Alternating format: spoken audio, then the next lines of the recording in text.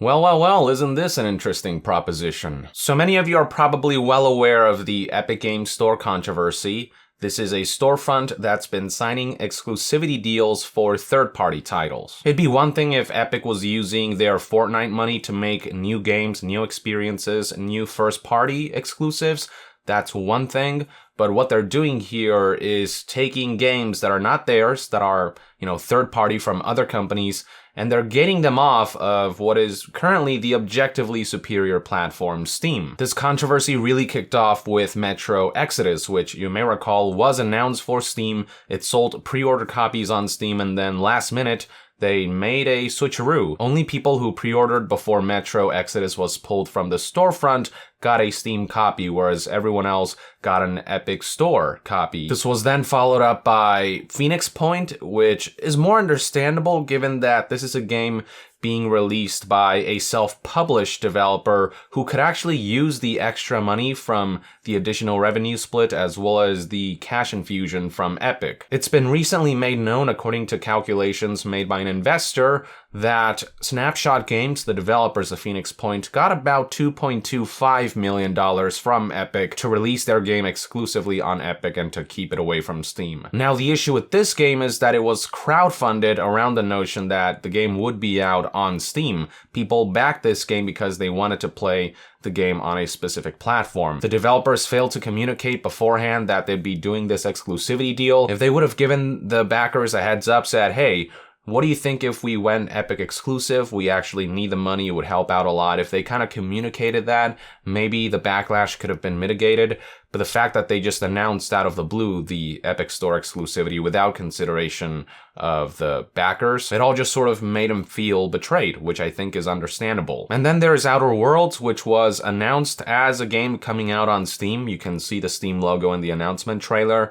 But then Take-Two struck a deal with Epic in which they essentially handed off their private division publishing label off to Epic Store. All private division games are now Epic exclusive, including Outer Worlds and then that other game, Human Odyssey or something. And then there's the big one, Borderlands 3. Now, this game was actually announced for Epic Store from the get-go. They didn't pull some kind of last-minute switcheroo, but the fact remains that Borderlands has a long history on Steam. A lot of people own the previous games on Steam, so fans didn't like the fact that all of a sudden Gearbox pivoted the third game to release on Epic only for the first 6 months. And this is all compounded by the fact that Epic Games Store has garnered a pretty bad and negative reputation since its announcement. At first, people were very excited about this store. They liked the fact that Steam was finally getting some competition.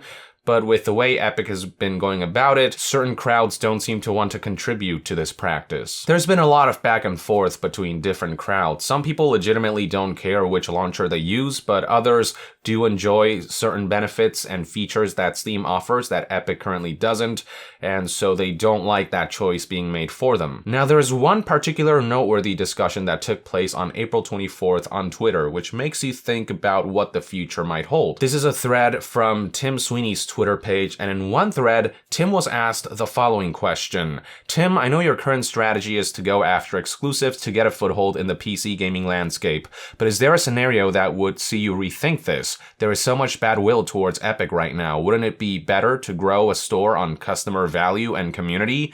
Tim responded with this. That's a loaded question, but Epic will stay the course. 30% store dominance is the #1 problem for PC developers, publishers, and everyone who relies on those businesses for their livelihood. We are determined to fix it, and this is the one approach that will effect major change. Seeing this response, another user asked, are you saying that if Valve decided to reduce its revenue share to 12% or even 10%, that you would immediately stop doing exclusives? I mean, your fight would be won then, right? To that, here's what Tim had to say. If Steam committed to a permanent 88% revenue share for all developers and publishers without major strings attached, Epic would hastily organize a retreat from exclusives while honoring our partner commitments and consider putting our own games on Steam. Such a move would be a glorious moment in the history of PC gaming and would have a sweeping impact on other platforms for generations to come. Then, stores could go back to just being nice places to buy stuff rather than the game developer IRS. So what Tim is saying here is basically, your move, Steam, match our revenue cut and we will stop doing exclusivity deals. Assuming this is actually true, then Steam certainly has all the more reason to bolster their own revenue cut, because the way it works right now on Steam, it's pretty shit. Revenue cut ranges from 70 to 80% depending on how well a game performs financially. It's this crap system where indie titles and smaller games don't get much help, but the rich get richer. And say what you want about the Epic Games Store, but this push for higher revenue cut is one aspect of their business strategy that I actually support. The 88% cut I think is a great deal, and Steam currently is taking too much for doing too little. Steam has sort of gotten complacent, they've gotten lazy, they're happy to just keep things the way they are, which is why I do welcome competition between Epic and Steam, as companies often react to competition. That's about the only thing they might react to. Without this kind of pressure, Steam certainly wouldn't increase their revenue share ever. The only reason they might consider doing that is because Epic is sort of beginning to make headway. So assuming that what Tim is saying is true, it would be ideal if Steam upped their game and then Epic backed off. But here's the thing, I don't know if Tim can actually be believed. I don't know if he's making empty promises or he's actually committed towards this. The reason I have doubts is because not long ago during GDC, Epic said that they would never pull another Metro Exodus again, meaning that if a game is already on Steam, if they took pre-orders on Steam, they wouldn't go out of their way to snatch up that title. But then we saw that Epic still kept snatching up games that were originally supposed to release on Steam, that were being sold on Steam. When people started bringing up all these other instances after Metro Exodus, in which games were being snatched despite having taken pre-orders from Steam, Tim went back on his word not long after. He had this to say: "We have had a lot of discussions about this since GDC. Epic is open to continuing to sign funding/exclusivity deals with willing developers and publishers regardless of their previous plans or announcements around Steam. At GDC, Steve Allison said we don't want to do that ever again when asked about the Metro Exodus controversy. This prompted further discussions at Epic, leading to the realization that these calls must be up to developers and publishers, and Epic wouldn't tell them no on account of existing statements made about Steam." So yeah, I mean, they have a history of backpedaling, so who's to say that even if Steam does match Epic's 88% revenue cut, Tim won't just backpedal on his promise that he would stop doing exclusivity deals? Who's to say they won't have another discussion and realization that they have to back away from their previous word and promise? After all, it makes business sense for them to keep doing exclusivity deals. If their goal is just to make money and to dominate the market without consideration of the consumers, then this is what you want to do. Despite Steam matching you, you want to keep signing exclusivity deals. That's the business strategy to go for to gain dominance. Whether you like it or not, Epic's strategy seems to be working. They're snatching up bigger and bigger exclusives on PC. So unless Tim really has good intentions down the line, my question is, what reason do they have to stop? Why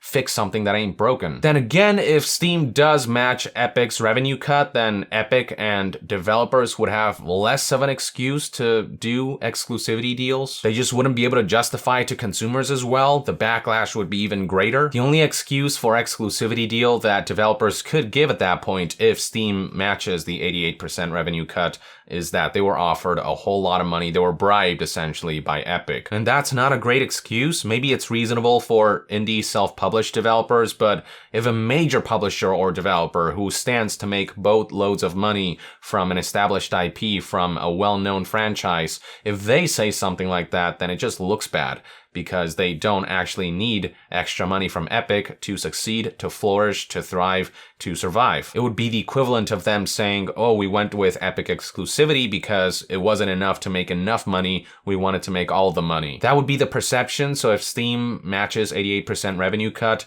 it would just be a risk to actually go Epic exclusive. The backlash would be greater. The negative PR would be more extensive.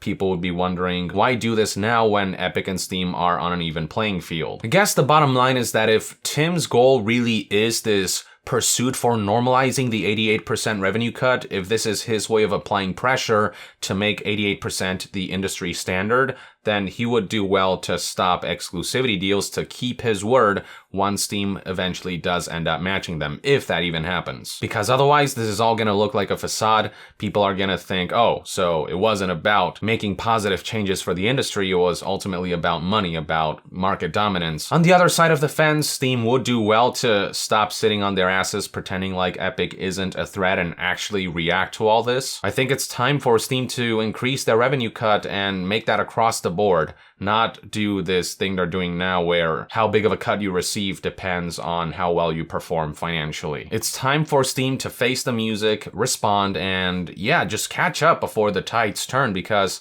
Epic Store will improve over time and eventually people might just not care anymore. There might come a time in which their feature sets will match, and then at that point, if Epic just has the higher revenue cut, then developers at that point will really be incentivized to go with Epic instead of Steam. I will also add that if Tim really is so pro-developer, then something he might want to consider is mitigate the crunch in his own company. There's this investigative report published by website Polygon that released recently titled How Fortnite's Success Led to Months of Intense Crunch at Epic Games, and it essentially details the poor working conditions at Epic.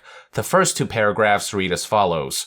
The popularity of Fortnite has been transformative for Epic Games, but the game's explosive growth led to months of intense crunch for Epic employees and contractors, some of whom say they felt extreme pressure to work grueling hours to maintain Fortnite's success and profitability, resulting in a toxic, stressful environment at the company. In a dozen interviews conducted by Polygon over a period of several months, current and former employees say they regularly worked in excess of 70-hour weeks, with some reporting 100-hour weeks. Contract staff in Epic's quality assurance and customer service departments spoke of a stressful and hostile working environment in which working overtime, while officially voluntary, was an expected service to the company. This is actually completely opposite of what Apex Legends is doing. The folks over at Respawn recently published a post addressing the slowdown of updates, and what the studio basically said was that the reason they're ramping down a bit temporarily is because they want to give developers room to breathe. They want to make sure that their employees aren't being crunched to death. Here are the relevant statements on the matter.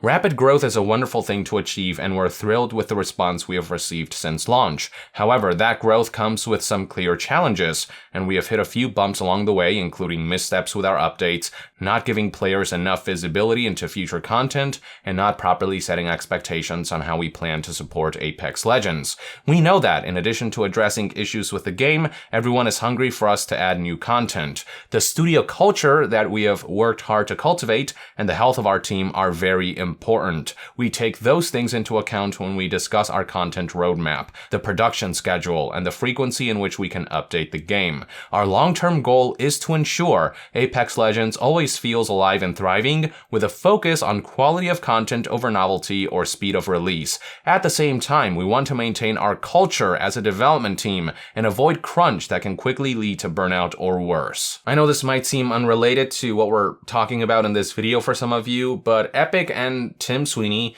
keep touting about how this is all about being pro-developer, about normalizing 88% revenue cut, about making publisher and developers' lives easier. If he actually means all that, if it's really all about being pro-developer, then it isn't just enough to offer a higher revenue cut for publishers and developers. He also has to make sure that his own people have good working environment. It's not like that higher revenue cut goes directly to the ground floor developers anyway. That money mostly goes to publisher and development studio higher-ups. The ground floor developers, they get whatever salary is assigned to them. And it's those ground floor developers who tend to suffer when a game becomes so successful that higher-ups want to enforce crunch to keep them working and churning out updates at the expense of their livelihoods. So hopefully Tim won't end up being a hypocrite. Hopefully it's not just about money. Hopefully it is actually about making the industry better. But with all said and done, we just don't know what's gonna happen. We don't know if Tim is actually gonna keep his promise of foregoing exclusivity deals if Steam matches them. We don't even know if Steam has intentions to match